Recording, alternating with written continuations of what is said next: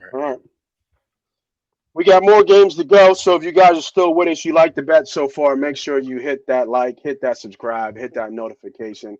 We just dropping jewels. We're just dropping plays, more plays, all free bets. No logging in for a website to go get some our best VIP plays and all that.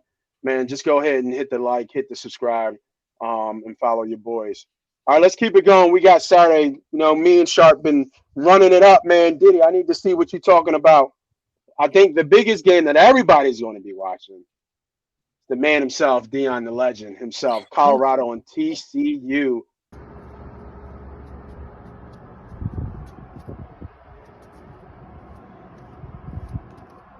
What you waiting on? Read the shirt. What you waiting on? What you waiting on? Yeah. Getting it in. Nobody really knows what to expect except for Diddy because he's got a best bet on this one. Talk to me. What's up? Yeah, man. Two teams. Obviously, we know TCU had a really big, surprising year last year, going to the national championship. They got embarrassed in that game, but playing Georgia, that happens. Uh, but they have a little bit of a turnover too with that team. But the key pieces there, I think, is that quarterback position. I know they lost their quarterback last year. He's off into the NFL. Matter of fact, I think he just got Got cut. released or waived. Yeah, he just got cut. Um, so hopefully he gets picked up somewhere.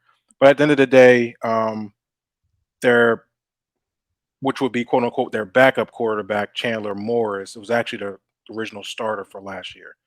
So we know he can play the ball or play football. We know he Hmm. was before that, that injury in week one, he was their starter. And I think he's coming off this year with a chip on his shoulder, especially seeing what the team did last year.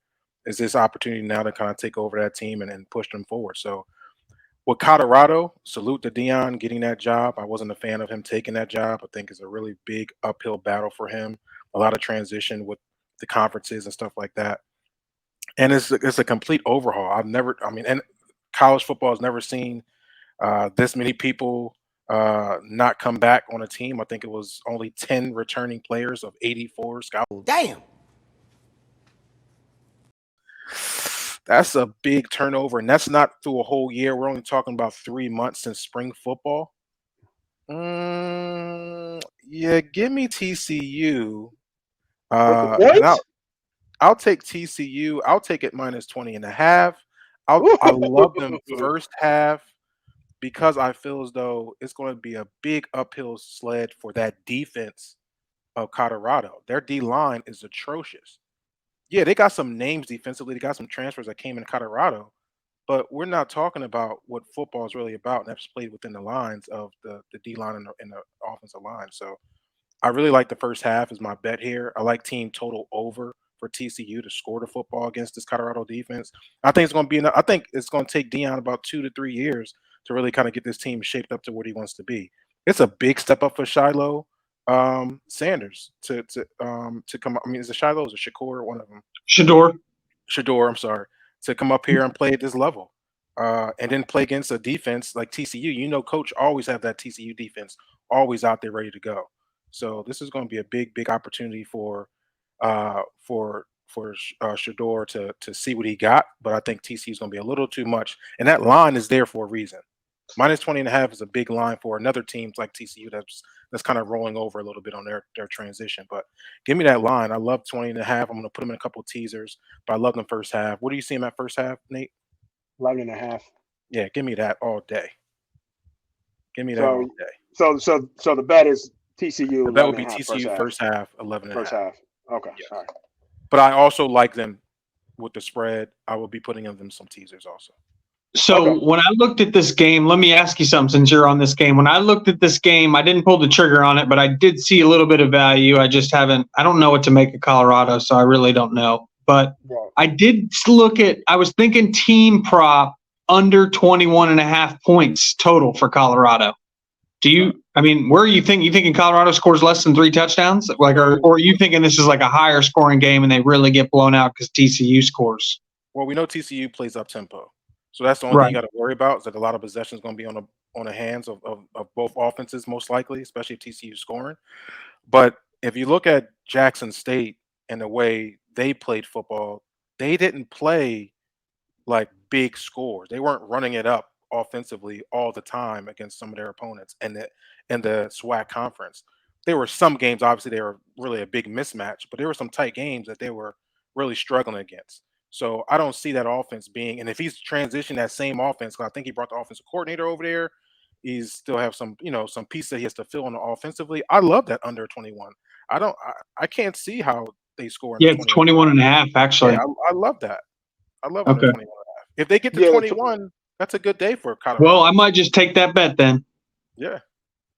I like yeah. that. I was thinking when you were talking, Sharp. I'm looking at the team total points. Right, is sitting at 2.5. Yeah, And the 2.5 under, touchdowns. 2.5 yeah. touchdowns. So you need 3, right, Yeah. to hit this bet, right? And obviously the juice is a little bit more on the under. So even if somebody took this and hit this, when you're looking at this, the bet is the under 21 Yeah. because of the hook. You Yeah, for sure.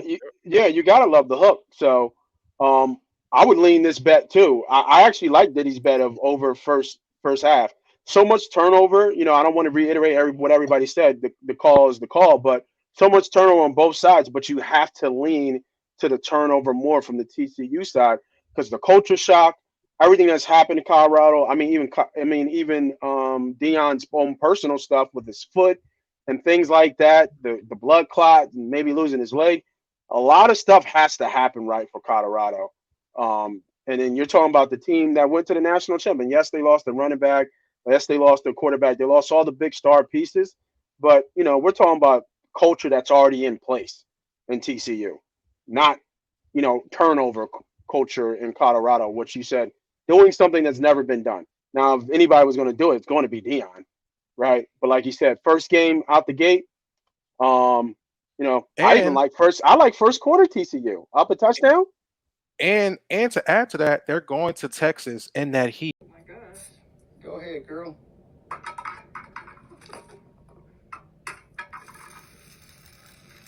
Woo! That's how hot this bad boy is. It cooked the egg.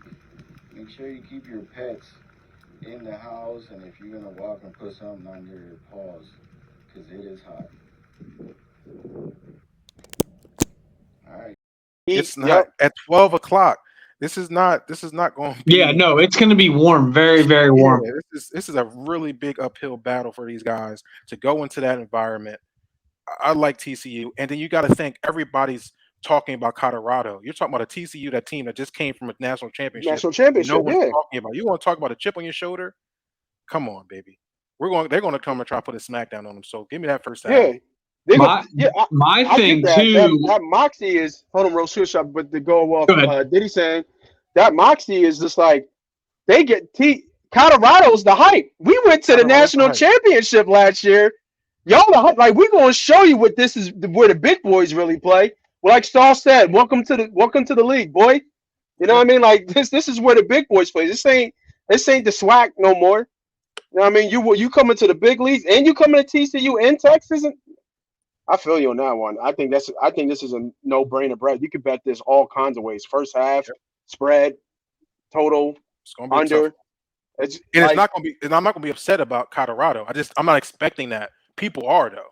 But I mean, I know. I feel like I know football enough that this is just a big transition. Give Deion 2 years. Hopefully, these guys can still start coming in. He can start building that culture that he wants to build, and hopefully, he can kind of flourish. And I guess there'll be a Big 12 matchup next year, right? It'll be Big 12 now. So yeah. Good luck on him. Good luck for him. Though. Yeah, go ahead, Shot.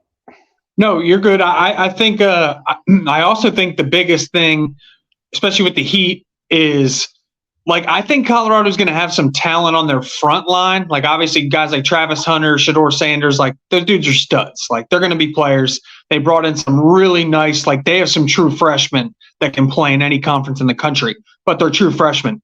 Where I see the biggest thing is, man, this second half when you're relying on backups.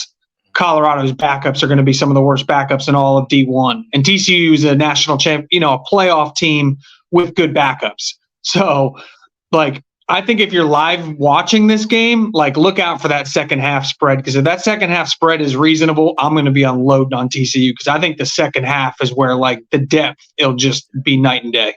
especially in that heat for sure.